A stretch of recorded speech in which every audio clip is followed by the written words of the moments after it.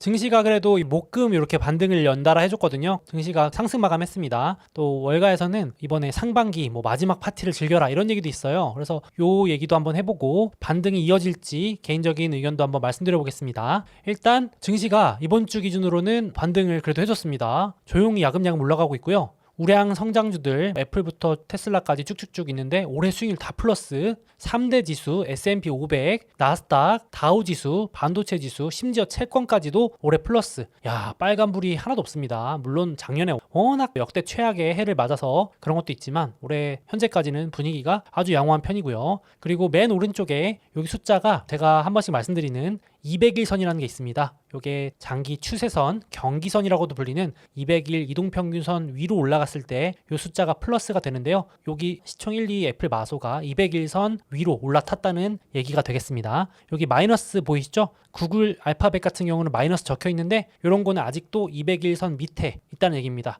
약간 투자 심리가 아직은 위축돼 있다 이렇게 보시면 될 것 같고, 그리고 여기 보시면 아래쪽 3대 지수도 200일선 위에 다 올라탔습니다. 그러니까 이제 투자 심리가 좀 살아있다 이 정도로만 보시면 될 것 같고, 무조건 오른다 이거보다는요. 이걸 좀 더 보여드리면, 자, 차트 한번 보시면 기술적으로는 개인적으로는 좀 나쁘지 않은 것 같아요. 작년 내내 오르락 내리락 저점을 낮추고 고점을 낮추는 전형적인 하락 트렌드를 이어가던 증시가 올해 들어서는 저점을 점점 높이는 걸 시도하고 있고 고점도 한번 높여보지 않을까 생각을 하고 있습니다. 그래서 이렇게 되면은 확실히 하락 추세에서 상승 추세로 넘어가는, 아직 확실하진 않지만 시도는 해보고 있다 이렇게 보시면 어떨까 싶어요. 그래서 저는 좀 긍정적으로 보는데, 이번 주에도 200일 선, 여기 파란색 선 있습니다. 이게 앞서 말씀드렸다시피 장기 추세선인데 요 밑에 있을 때는 좀 장기 추세가 약하다, 요 위에 있을 때는 좀 장기 추세가 살아있다, 반전됐다 이렇게 해석을 보통 하곤 합니다. 근데 이번 주에도 여기 S&P 500 지수가 4045로 파란색 선 위에서 그래도 마감을 했습니다. 중요 지점을 잘 방어했다 보시면 될 것 같아요. 긍정적이다 이렇게 보시면 될 것 같고, 최고점에서는 약 15.8%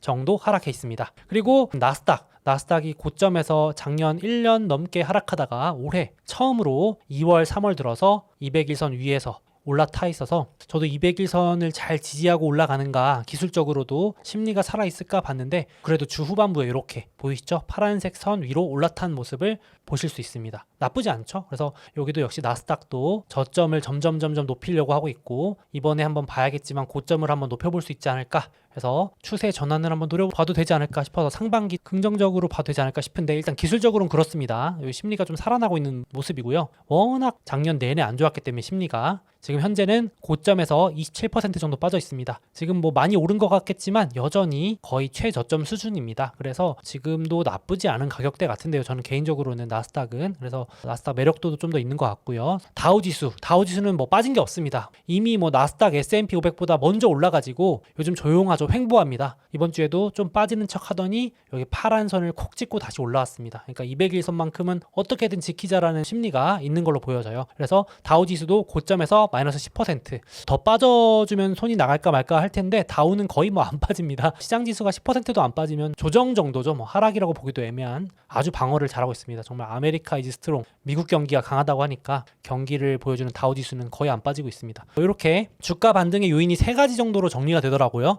일단 첫 번째, 제가 지금 계속 언급드린 기술적 요인, 200일선이라고 하는 요 파란색 선에 저가 매수세가 들어왔다. 소위 말하는 알고리즘, 컴퓨터, 요즘 기계 매매로 하잖아요. 사실 요거는 대표적으로 언론사나 월가에서 이유를 모를 때 쓰는 핑계입니다. 원인을 잘 모르겠을 때는 알고리즘이라고 하면 다 통하거든요. 잘 모르겠단 말하고 똑같습니다. 1번 이유는 제일 좋은 핑계라서 이렇게 되는데, 실제로도 파란선 200일선은 기술적으로는 중요한 지점이니까 이유가 될 수도 있는 것 같고요. 두 번째, 세 번째가 아무래도 중요하겠죠. 제가 매주 시황 때마다 꼭 말씀드리는 지표들입니다. 돌아오는 주부터 이제 고용, 물가 매주 하나씩 나오거든요. 근데 그게 다시 좀 둔화되지 않겠냐. 미국 경기가 강한 건 알겠는데 지난번 지표가 너무 과도하게 과열됐었던 거 아니냐. 그 기대감이 다시 불면서 장 막판에 반등을 하는데 도움을 줬습니다. 그러면 금리 급등세도 좀 진정될 테니까 유동성도 좀 괜찮아지지 않겠냐 하면서 반등 시도를 하고 있는데, 봐야겠지만 요 추세대로 가면은 지나친 우려로 인한 반등은 좀 해보지 않을까 싶어요. 그래서 여기 보시는 것처럼 지난번, 그러니까 2월에 발표한 1월 물가 고용 지표들이 다 쇼크였잖아요. 근데 이제 3월 달에 발표할 2월 고용과 2월 물가 모두 쇼크는 아니지 않겠냐 이러면서 슬슬 이제 월가가 또 기대를 하고 있는 부분이 있습니다. 그걸 도와주는 좋아졌던 신호가 뭐냐면 이 월스트리트저널에서 뭐라 그러냐면요. 노동 과열이 이미 씻고 있다. 자세히 좀 보자. 지표가 너무 과열됐었다. 여기 왼쪽 보시면 정부에서 집계하는, 그러니까 노동부에서 집계하는 지표는 늦다. 이미 민간에서 집계하는 고용 지표는 둔화 시그널이 나오고 있다. 경기가 둔화되면서 채용을 덜 하고 있는 시그널이 나오고 있는데 너무 정부 지표가 늦게 나왔다. 여기 보시면 미국에서 고용 대표하는 회사가 인디드랑 집 리크루터 이렇게 두 개가 있대요. 근데 여기 보시면 훨씬 더 이렇게 그래프가 내려가는 거 보이시죠? 요게 채용 증감 숫자. 그러니까 코로나 때 대비해서 얼마나 채용하는 인원 숫자가 늘어났는지를 보여주는 퍼센트를 나타내는 표인데, 지금 정부 고용은 아직도 50%나 높다라고 말하고 있지만 민간에서 집계하는 더 빠른 정보를 보면 한참 내려와 있다. 집 리크루터는 이제 코로나 이전과 대비해서도 20%밖에 차이가 안 난다. 이제 고용이 많이 둔화됐다라고 하는 거죠. 그래서 집 리크루터 CEO는 우리는 분명히 경기 둔화에 들어선 게 맞고 채용은 전국적으로 냉각되었다. 곧 모두가 알게 될 거다. 이런 말을 덧붙이니까 이제 시장에서 야, 역시 지난번 고용 서프라이즈 쇼크 이건 좀 지나쳤다. 미국 경기가 좋은 건 알겠는데 그렇다고 해서 지금 생각하는 것만큼 그렇게 고용이 타이트하지 않을 거다라는 기대가 또 불고 있습니다. 그래서 이거는 확인을 해봐야겠지만 1월달 고용 지표 때 신규 일자리가 50만 개 늘어나면서 그때 증시가 쇼크 한번 왔었거든요. 노동 쇼크가 왔었는데 이제 월가에서도 그렇고 민간 집계 봤을 때 이게 다시 내려가면서 정상 추세로 복귀한다. 이렇게 보시면 되겠습니다. 그러니까 돌아오는 주에 고용 지표가 결국 중요하겠죠. 이 말이 맞는지 봐야 되니까요. 거기다가 이제 월가도 힘을 좀 보탰습니다. 뱅크 오브 아메리카도 지금 곧 있을 지표들 보면은 이제 둔화되는 게 보일 거다. 지금 내가 집계해 보니까 카드 내역이나 이런 거 보고 경제 지표들 좀 실시간으로 집계해 보니까 2월 중순부터 가파르게 경제 둔화 신호가 나오더라. 요걸 지금 증시에서 좋게 보고 있는 게 있습니다. 여태까지는 미국 경기가 너무 세다 그래서 또 긴장했었던 게 있잖아요. 막 긴축해야 된다 그랬는데 지난번에 뭐 6% 금리 올려준다 막 이랬었는데 이제 뱅크 오브 아메리카나 이런 월스트리트저널 이런 데서도 지금 경기가 그렇게 강하지 않다 이런 얘기가 또 나오는 겁니다. 그래서 여기 방금 말씀드린 것처럼 신규 고용 지난달에 50만 개가 신규 고용 나오면서 서프라이즈가 나왔는데 이런 거는 일시적이고 이렇게 삐쭉삐쭉 튀어나온 게 중요한 게 아니고 추세가 이렇게 내려가는데 다시 한 20만 개 정도로 신규 일자리 내려갈 것 같다. 여전히 물론 예전에 비하면 높은 건 사실이지만 신규 일자리가 한 10만 개까지 내려가야 되지만 그래도 지난달 지표가 너무 오버였다 이렇게 말을 하는 겁니다. 그래서 2월 중순부터 미국 시민들 카드 내역 보니까 지출도 감소하고 확 꺾였대요. 1월 달에 날씨 때문이었는지 모르겠지만 2월 달부터 확 지출이 꺾였대요. 그러니까 이번에 지출 한번 봐야겠죠. 그러니까 월가는 이 정보를 빨리 얻고 먼저 반영을 하는 것 같기도 한데 이게 진짜 지표로 나오는지 한번 봐야겠습니다만 2월 제조업 지수도 위축 둔화가 지속되어 있기 때문에 소비나 제조 모든 측면에서 미국 경기가 둔화되는 시그널이 있다. 그러면 긴축을 그렇게 무리하게 안 해도 되겠죠. 그 기대감이 불고 있는 것 같습니다. 뿐만 아니라 미국 기업들도 지금 둔화 신호를 보내고 있습니다. 이제 1분기 실적 발표 다 끝났거든요. 거의 다 끝났습니다. 중요한 기업들 다 발표했잖아요. 통계 내보니까 미국 기업들이 실적 발표할 때 어떤 키워드들을 언급하는지 정리한 건데 소비자들의 강한 수요를 언급한 기업들 감소하는 거 보이시죠? 확실히 소비자들 수요가 줄고 있다라는 얘기가 되고 그리고 가격 인상을 언급한 횟수도 팍팍팍 줄고 있습니다. 이 말인즉 기업들이 소비자들의 수요가 줄어드니까 자연스럽게 제품 가격 인상하는 것도 어려워진다는 얘기를 하는 거겠죠. 이건 물가 상승률 둔화에도 도움이 되는 자료가 될 것 같고 거기다가 아무래도 지금 소비자들 수요가 약해지니까 임금 인상도 쉽지 않겠죠. 이것도 내려가는 신호가 나오고 있습니다. 반대로 해고는 언급이 증가하고 있는 걸 볼 수 있습니다. 더 높아지겠죠. 그러니까 이런 식으로 각종 실시간 지표들에서 다양한 부분에서 미국 경기가 둔화되고 있다는 게 나오는데 기준금리를 그렇게 무리하게 올릴 수 있겠느냐라는 또 기대감이 반대급부로 불고 있다. 그 기대감에 증시가 막판 반등을 했다 보시면 되겠습니다. 거기다가 한마디 도와준 게 또 연준 이사가 월러 이사라고 있습니다. 매파적인 인사인데요. 투표권도 있습니다. 근데 되게 증시에 좀 어떻게 보면 도움이 될 만한 말을 해줬습니다. 여기 뭐라 그러냐면은 1월달 방금 말씀드린 대로 지금까지 나온 지표는 일시적일 요일 가능성이 크다라고 해서 증시 상승에 힘을 보탰습니다. 따뜻한 날씨와 1월 지표의 특성상 지나치게 왜곡된 숫자일 수 있다. 좀 봐야 된다. 그래서 여기 나와 있습니다. 다시 경제 지표가 둔화 추세로 복귀하면 물가도 팍 튀었던 게 안정되고 고용도 안정되면 지금부터 한 두 번 정도? 그러니까 지금 기준금리가 4.75거든요. 거기서 한 번 더 올리면 5, 한 번 더 올리면 5.25입니다. 그럼 원래대로잖아요. 연준이 목표로 하는 금리가 5.1에서 5.4 사이거든요. 딱 우리 목표대로 맞는다. 근데 만약에 내가 틀리고 데이터가 진짜로 1월에 이어서 이번에 나오는 2월 지표마저도 뜨거우면 그러면 이거 위로 올려야 된다. 그러니까 지금 증시는 설마 하면서 약간 긴가민가 하고 있습니다. 아유 택도 없다, 더 높여야 된다 이렇게 보신 분들은 조금 현금 비중을 늘려놓으시는 게 맞고, 아니다, 역시 물가랑 고용 잡히는 추세다, 시간의 문제다 하시는 분들은 긍정적으로 주식을 담고 계시는 분들이 있지 않을까 생각하는데, 원로이사도 만약에 지표가 더 뜨거우면 목표 금리를 5.25가 아니라 5.5, 5.75까지 높일 수 있다라고 열려 있다라고 말을 했습니다. 그러니까 요거는 해석에 따라서 긍정과 부정이 나뉠 텐데, 일단은 증시는 좀 긍정적으로 해석을 하면서 마감을 했어요. 일단 그래서 돌아오는 주 캘린더입니다. 금요일 날 2월 고용보고서가 발표됩니다. 이게 이제 3월 금리 인상 직전 마지막 고용보고서이기 때문에 얼마나 신규 고용이 둔화되는가, 20만 개 이하로 나오면은 좋은 건데 여전히 뜨겁다면 또 증시가 완전 쇼크를 먹겠죠. 그래서 금요일 고용보고서와 수요일 구인 이직 보고서 정도가 있는데 금요일께 더 중요하다고 보시면 되겠습니다. 물론 여전히 50년 최저치 수준의 실업률이 예상됩니다. 고용이 뜨거운 건 맞는데 얼마나 둔화되고 있느냐가 핵심일 것 같습니다. 그러다 보니까 증시가 긍정적으로 해석하다 보니까 강세론자 월가의 황소죠, 톰리 형님이 힘을 보태줍니다. 지금 분위기 보니까 향후 2달 정도 강력한 랠리 할 수 있을 것 같다. 긍정적입니다. 왜 그런가 근거를 봐야겠죠. 봤더니 똑같은 말입니다. 1월달 지표가 왜곡됐다, 우려가 지나쳤다, 거기다가 계절적으로 3월부터 5월 초까지, 중요합니다, 여기 강조드립니다, 5월 초까지 좋다. 이 강세론자조차도 5월 초까지만 좋다라고 했는데, 그래서 딱 8주라고 제안을 했어요. 무조건 올해 내내 오른다가 아닙니다. 왜 그런가 좀 더 봤더니 첫 번째 말씀드린 것처럼 여기 보시면 물가지표가 이렇게 울퉁불퉁하게 하면서 이렇게 내려오니까 헷갈릴 수 있다, 뻔피라고 돼 있는데 연준 의장도 썼던 말이죠. 인플레이션이 잡힐 때 울퉁불퉁하게 하면서 올랐다 내렸다 하면서 내려오지, 그래서 검은색 여기 거북이처럼 느린 추세를 봐라, 잡히는 거 맞지 않냐. 근데 너무 한 달 한 달의 지표에 따라서 그렇게 주식 샀다 팔았다 하지 마라, 노이즈다, 이렇게 얘기를 하는 거고, 물가가 내려오는 거 맞으니까, 경기 둔화되는 거 맞으니까 주식에 긍정적이다, 이렇게 말을 하고 있고, 두 번째로 계절성이죠. 통계적으로 분석을 해보니까 전년도에 수익률이 마이너스 났던 해, 그러니까 22년에 우리 수익률 마이너스였잖아요, S&P 500. 그러니까 전년도에 마이너스 났던 해에 증시 흐름을 비교해봤더니 1950년 이래로 통계를 내봤더니 3월부터 특히 5월 초까지 좋았다는 거예요. 8주 랠리 특히나 좋더라는 거예요.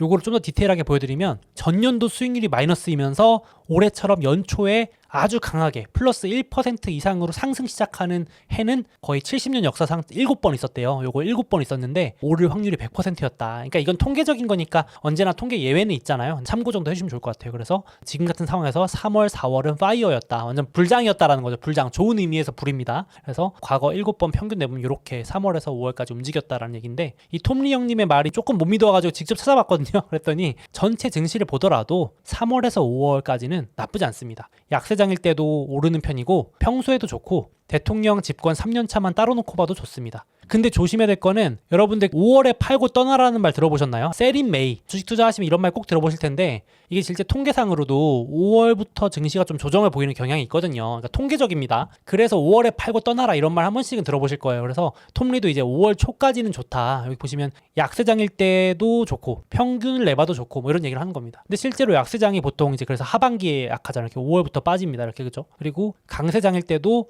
약간 횡보하는 느낌? 톰리 형님은 계절적으로도 우리 이제 3월 됐잖아요. 그러니까 3월부터 5월 초까지 약 8주 정도 한번 랠리 즐겨보자, 이런 얘기를 하는 겁니다. 거기다가 계절적인 거 빼더라도 지금 전 세계 유동성도 관찰을 하고 있는데, 요 그래프가 전 세계 중앙은행들의 총 자산 규모입니다. 유동성이라고 보시면 돼요. 근데 빨간색 연준도 긴축하고 있는 거 맞고 유럽도 열심히 긴축하고 있는 거 맞는데, 그거보다 더 많이 요 노란색 중국, 초록색 일본입니다. 방향이 위로 가고 있잖아요. 열심히 돈 풀고 있습니다. 정말 누가 이기나 싸움할 정도로 팽팽하게 얘는 거두고 얘는 풀고 있는데, 올해 들어서는 이쪽이 앞서고 있습니다. 그러니까 지금 전 세계 유동성은 늘어나고 있습니다. 그래서 이것도 증시 방어에 한몫한다. 저가 매수를 자꾸 누가 하냐 봤더니 이런 해외 글로벌 자금도 무시 못한다라는 얘기를 하고 있습니다. 그래서 여기 보시면 파란색 선 보이시죠? 요게 전 세계 주요 중앙은행들의 총 자산의 합입니다. 유동성이라고 보시면 되겠죠? 요게 파란색이 올라갈수록 돈 풀고 있다라고 보시면 되고, 그러니까 작년까지 1년 내내 파란색이 아래를 향했는데 올해 들어서 고개를 위로 들고 있습니다. 요게 확실히 일본하고 중국 때문이라고 보실 수 있겠죠. 그래서 증시도 하락을 멈춘 걸 알 수 있습니다.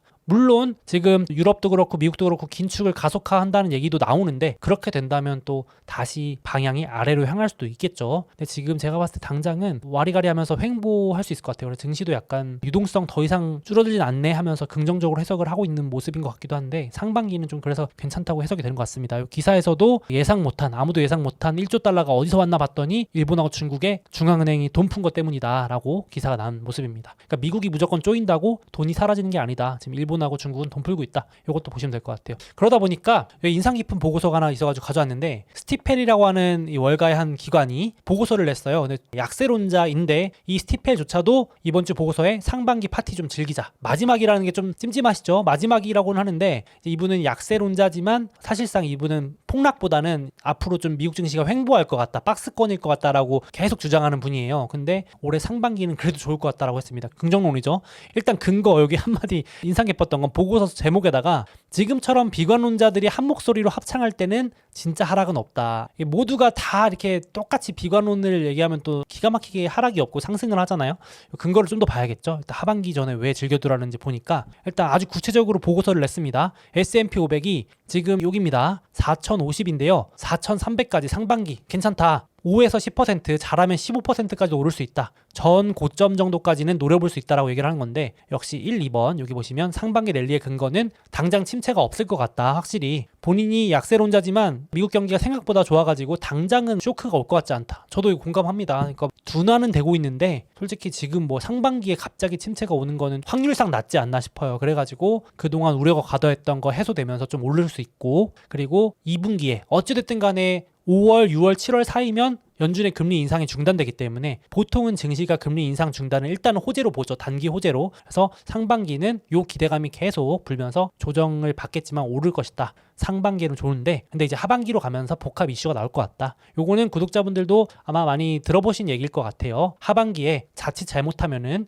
연준이 금리 인상 중단하면서 물가가 다시 오른다거나, 그래서 지금 다시 물가 오르면서 70년대처럼 된다는 얘기도 많죠. 물가가 오른다거나, 그게 아니더라도 금리 인상, 고금리 올렸잖아요. 지금 상반기에만 금리 5% 넘어갈 것 같은데 그 영향이 본격화되는 게 하반기가 될 것 같다. 그러니까 각종 이슈들이 나오는 거죠. 그러니까 상반기는 그 이슈들이 안 오고 시차를 두고 나오니까, 그래서 하반기에 떨어질 테니까 상반기에 즐겨보자 얘기를 하는 겁니다. 지금은 이 시나리오가 가장 베이스 시나리오 같아요. 저도 좀 동의를 하거든요. 그래서 상고하저 쪽이 되지 않을까 싶어요. 연초에 뭔가 좀 충격이 올 줄 알았는데 이게 지금 미국 경제 당장 침체가 안 오고 쇼크가 당장 보이지 않기 때문에 오히려 상반기 안심을 하는 안도 랠리를 하다가 하반기에 뭐 하나둘 나사가 좀 풀리면서 이슈가 나올 것 같은데, 이분은 또 극단적인 단어를 썼습니다. 여기 보시면은 하반기 버즈소라 그래서 이게 원형 톱이래요. 우리식대로 표현하면은 하반기에 아주 끔찍한 연쇄톱 사건이 나올 테니 조심해라라면서 이분이 한 말입니다. 아주 약세론자답게 끔찍한 단어를 쓰셨는데, 그런데 상반기까지는 좋다 이런 얘기를 또 했습니다. 왜 하반기 좀 불안하냐 이런 거는 다양한 근거들을 댔는데, 미국 경기가 지금 생각보다 좋다라는 게 역시 돈 푼 것 때문이잖아요. 그래서 기관들도 지금 시점의 문제지 하반기 어느 시점에는 이제 푼 돈 다 소진된다라고 보고 있습니다. 그래서 제일 빠른 게 JP모건은 23년 여름 EQ 제일 빠르고요. 그래서 JP모건은 침체가 하반기 좀 빨리 올 것 같다고 얘기하고 있는 거고, 도이치방크는 가을이라고 얘기하고 있고 3Q, 골드만삭스는 제일 미국 경기를 강하게 보는 기관입니다. 그래서 4Q, 겨울에 온다. 그래서 침체를 올해 벗어날 수 있다고 주장하는 게 골드만삭스예요. 그러니까 초과 저축이 많다라고 보는 게 골드만삭스라고 보시면 되겠습니다. 이러나 저러나 평균 내면 가을 정도, 올해 하반기 정도가 미국에 쌓아둔 돈이 다 떨어지는 시기라고 보시면 될 것 같아요. 아니 근데 지금 신용카드 연체도 올라가고 저소득층 힘들다고 벌써 곡소리 나는 것 같은데 이상하다 하실 분들이 있는데, 확실히 상위 계층, 상위 1%, 20%는 돈 쓰러 다니는 거죠. 아직까지는 여력이 있고, 확실히 나머지 80%는 이제 초과 저축 다 써가지고 신용카드로 돌려맞고 연체 올라가고 이렇게 하는 것 같습니다. 근데 요 상위 원래 1%, 20%가 소비를 휩쓸잖아요. 그러니까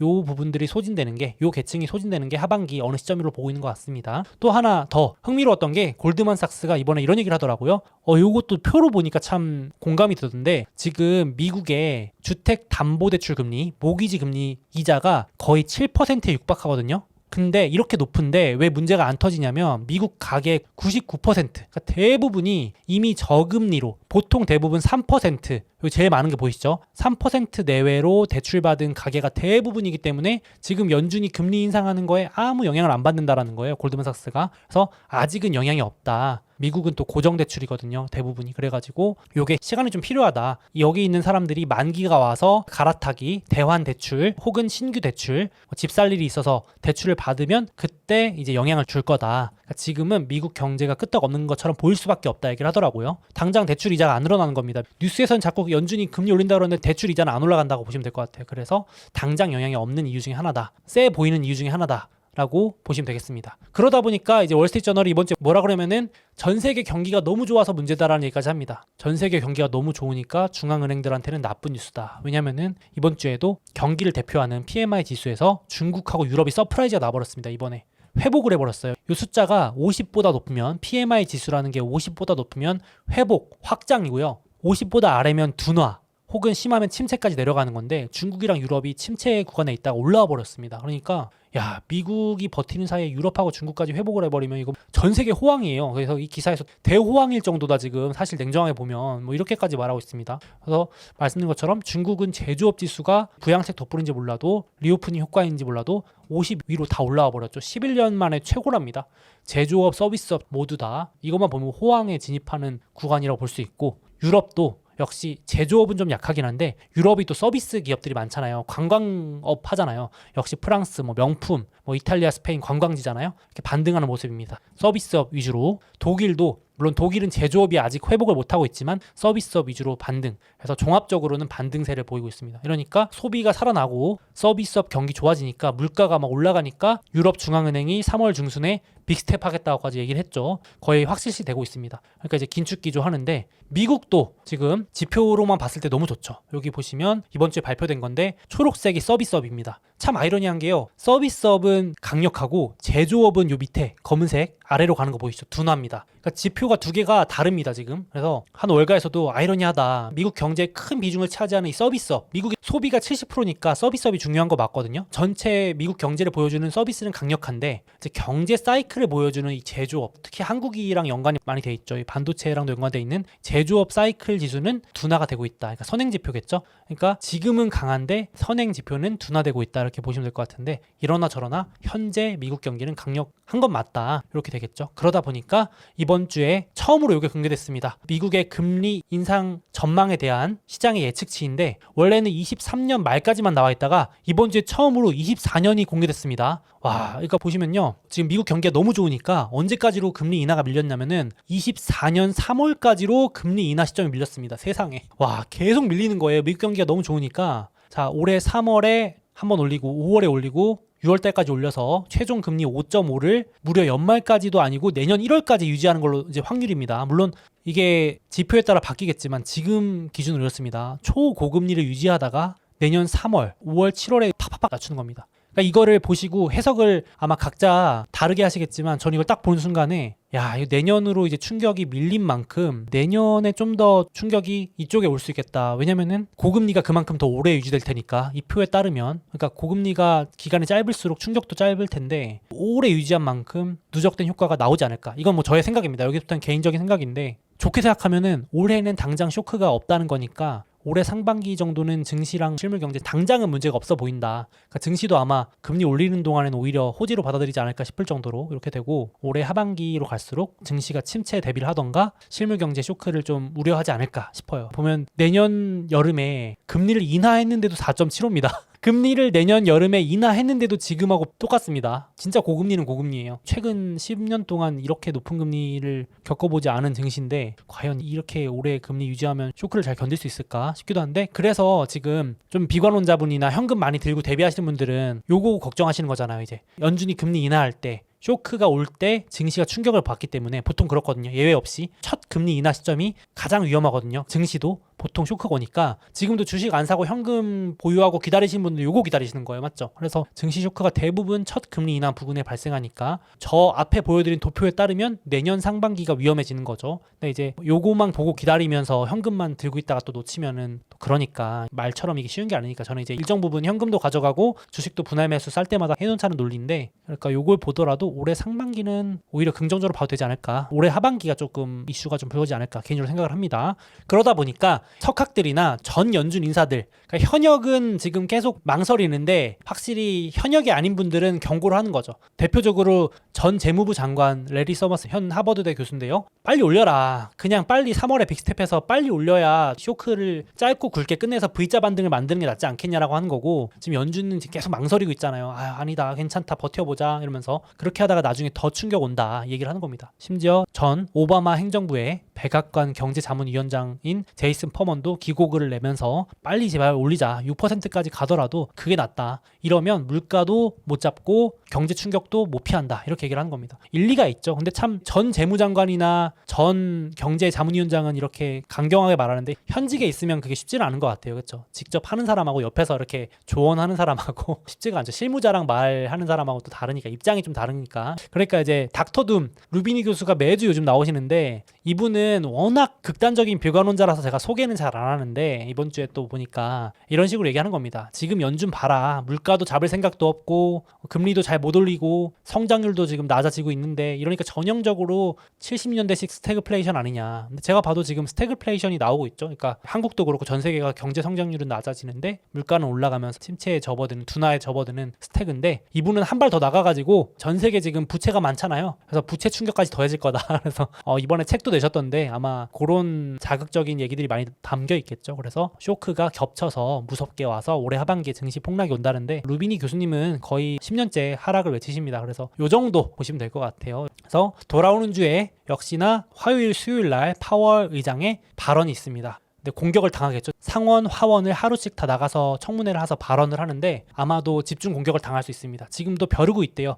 그러니까 야 연준 의장 너가 지난달에 디스인플레이션 언급하면서 마치 인플레 잡힌 것처럼 얘기해가지고 지금 금융시장이 들썩썩하는 거 아니냐, 물가가 들썩이는 거 아니냐, 인플레 잡히는 거 맞냐, 너 제대로 한 거 맞냐 압박할 거고 한쪽에서는 또 반대쪽에서는 지금 완화 압박을 한대요. 너 때문에 지금 침체 올 것 같은데 돈 풀어라 이쯤 하면 됐다 이러면서 양쪽에서 압박을 한답니다. 비둘기파와 매파 이쪽으로. 그러니까 참 곤란스럽겠죠. 거기다가 이제 단기적으로 3월에 빅스텝 할 거냐 말 거냐 막 이런 거 물어볼 겁니다. 그래서 화요일하고 수요일 청문회 때 이제 연준 의장이 뭐라고 말하냐에 따라서 증시의 단기 노이즈가 될 수 있겠죠. 여기도 보면은 그림이 곰 위에 올라탄 연준 의장이 지금 통제를 못하는 모습을 빗댄 겁니다. 그래서 침체도 통제가 안 되고 인플레도 통제가 안 되고 금리도 통제가 안 된다는 약간 곰이 날뛰고 있는 모습을 보여주는 그림. 입니다. 그래서 지금 시장도 일단은 금리도 좀 오르고 달러도 오르고 이러면서 약간 경계를 하고 있는 모습인데요. 개인적으로는 물론 이 금리랑 달러가 돌아오는 주에도 오르는지 좀 봐야겠지만 요런 이유들로 인해서 그러니까 물가나 고용 이런 걸로 인해서 하락 온다면은 상반기는 좀 매수가 좀 더 유리하지 않나 싶거든요. 그래가지고 제가 요 표 계속 만들어 왔습니다. 보여드리는데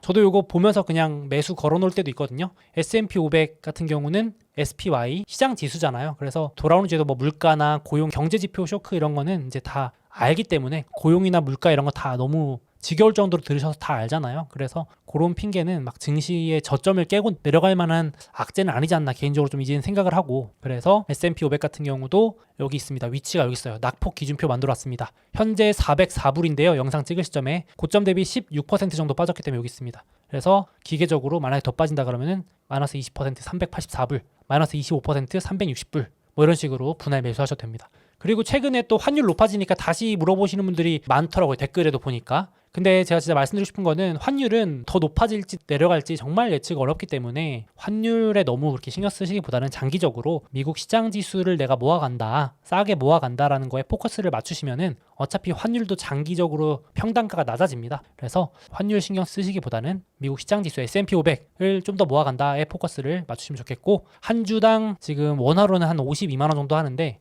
이거 부담스럽다 하시는 분도 있을 수 있어요. 저도 살 때마다 좀 부담스럽긴 한데 만약에 그러면 소수점 투자하셔도 되고 그리고 요즘은 통합증거금 있으니까 환전 굳이 신경 안 써도 됩니다. 그냥 원화로 돈 이체한 다음에 저도 그냥 환전 안 하고 사거든요. 주가 싸게 사는 게 더 이득이기 때문에 가격 싸게 사는 거에 좀 더 포커스를 맞추시면 어떨까 싶습니다. 그래서 이렇게 활용하시면 좋겠고 나스닥 ETF 저 요즘 나스닥 ETF 좀 유익 있게 보고 있거든요. QQQ 그래서 QQQ도 지금 299불 마이너스 27% 나쁘지 않은 것 같습니다. 정말 초대형 악재가 나오지 않는 한은 10월 12월 저점까지는 지금 기준에서 안 갈 것 같거든요. 쇼크가 웬만해서는. 그래서 이것도 마이너스 지금 27% 정도 돼 있는데 이 부근에서 이렇게 분할로 쪼개서 사시는 것도 괜찮지 않을까 생각을 합니다. 그래서 환율 너무 그렇게 신경 쓰지 마시고 그러니까 환율 싸질 때까지 기다리다가 나중에 증시 다 올라 있을 수도 있어요. 그렇죠? 그렇게 해서 나중에 후회하시는 분들 많거든요. 그러니까 제가 권하는 건 아닌데 환율에 신경 쓰시기보다 요즘 자동 환전 기능이 있기 때문에 분할 매수 하시면 어떨까 싶습니다. 그렇게 되고 장기 채권 안 그래도 요즘 채권 물어보시는 분들 많더라고요. 제가 알고 있습니다. 왜냐하면 서학개미 분들 그러니까 한국에 계신 개미분들이 채권 요즘 어마어마하게 사는 거 저도 알고 있습니다. 근데 보시면 TLT 저는 지금 보유하고 있진 않은데 아마도 워낙 많이 빠져서인 것도 있고 미국 채권이 안전한 자산 중에 하나이기도 하니까 물론 원금 보장이 안 됩니다. 예적금이랑 다릅니다만은 워낙 지금 40% 빠져 있고 야 여기서 금리 올려봤자 얼마나 더 올리겠어 라고 생각하시는 분들은 채권 사시는 거죠. 아니면 침체가 올 때를 대비해서 채권을 사 모으시는 분도 있습니다. 맞죠? 그래서 장기 채권이 진짜 유례없는 폭락을 해 있어서 관심 있으신 분들은 요거 표를 보시고 분할 매수를 하시는 것도 좋은데, 만약에 그래도 예상 못하게, 정말 예상 못하게 시장 금리가 좀 더 올라간다 그러면 금리가 오르면 채권은 빠집니다. 무조건 반대로 생각하시면 됩니다. 외우셔도 돼요. 금리가 오른다, 채권은 빠진다. 이렇게 반대로 외우셔도 되는데, 지금 금리가 많이 올라있기 때문에 채권이 많이 빠졌기 때문에 이제 슬슬 매수를 하시는 것 같은데, 혹시 모르는 시장금리 급등에는 유의를 하셔야 될 필요가 있습니다. 그래서 실제로도 제가 데이터 뽑아보니까 우리 서학개미분들 대단한 게요, 그냥 채권도 아니고 세상에 와 대단한 게 채권의 3배 레버리지를 또 1등으로 담으셨습니다. 야, 놀랍습니다. 화끈하신 것 같아요. 진짜 채권을, 안전자산인데 채권을 또 거기에 레버리지를 걸어가지고 변동성을 만드시는, 변동성을 어떻게 하면 줄일까를 고민하는 경우가 많은데 어떻게 하면 변동성을 키울까를 고민하시는 것 같은데, 그러니까 이분들은 이제 야 채권 더 이상 안 내려간다, 거의 바닥 닿았다에 베팅하신 거죠. 그렇게 될 것 같고, TQQQ 야 또 나스닥 바닥이다 이러면서 3배를 사신 것 같고, 반도체 썩3라고 하죠. 싹3라고도 하던데 반도체 ETF의 3배짜리 반도체 바닥 닿았다고 베팅하시는 거고, 테슬라 또 인기 많습니다. 순매수, 순인데 매주 바뀌는 거니까 큰 의미보다는 최근 트렌드로 판단하시면 될 것 같아요. 그거 장기 채권 아니더라도 요즘에 확실히 불확실성 때문인지 아니면 미국이 워낙 금리가 높아지는 것 때문인지 몰라도 미국의 단기 채권이 있습니다. SHV라고 있는데 이런 거에도 코로나 저점 이후로 역대급 돈이 몰렸대요. CNBC 어떤 진행자가 투자를 잘 모르시는 우리 어머니조차도 이번에 채권 매수했다. 그러니까 워낙 금리가 높으니까 잘 모르시는 분들조차도 야, 이 정도면은 이자가 쏠쏠한데 하시면서 샀다는 거죠. 그러니까 채권의 지금 인기가 엄청 높아지는 게 느껴지고, 서학 개미만 그런 게 아니고 지금 전 세계 개미분들이 채권에 엄청 관심이 높아지는 게 좀 느껴집니다. 금리가 워낙 높아지니까. 그래서 관심 있으신 분들은 TLT도 한번 관찰을 해보시는 거 좋을 것 같아요. 시장 금리가 여기서 더 올라갈 것 같지 않다라고 하시는 분들은 채권을 매수하는 거, 그리고 시장 금리 더 올라갈 것 같다 하시는 분들은 채권 매수는 좀 보류하시는 거, 이렇게 판단하면 될 것 같아요. 저는 개인적으로는 채권 대신 배당주로 퉁치는 스타일입니다. 채권 매수보다는 배당주. 개인적인 성향 참고해 주시고, 그래서 위클리 캘린더 넣어놨습니다. 그래서 돌아오는 주는 파월 의장의 발언, 청문회 발언 화수, 그리고 수요일, 금요일 고용 관련 지표들 있습니다. 요게 핵심이 될 것 같아요. 여기까지 참고해 주시면 되겠습니다. 그리고 연준 위원들의 발언 업데이트 정리해놨고요. 특이사항은 없었습니다. 월간 캘린더 넣어놨습니다. 배당 캘린더까지. 그래서 리스크 관리하시면서 같이 투자를 좀 해나갔으면 좋겠습니다.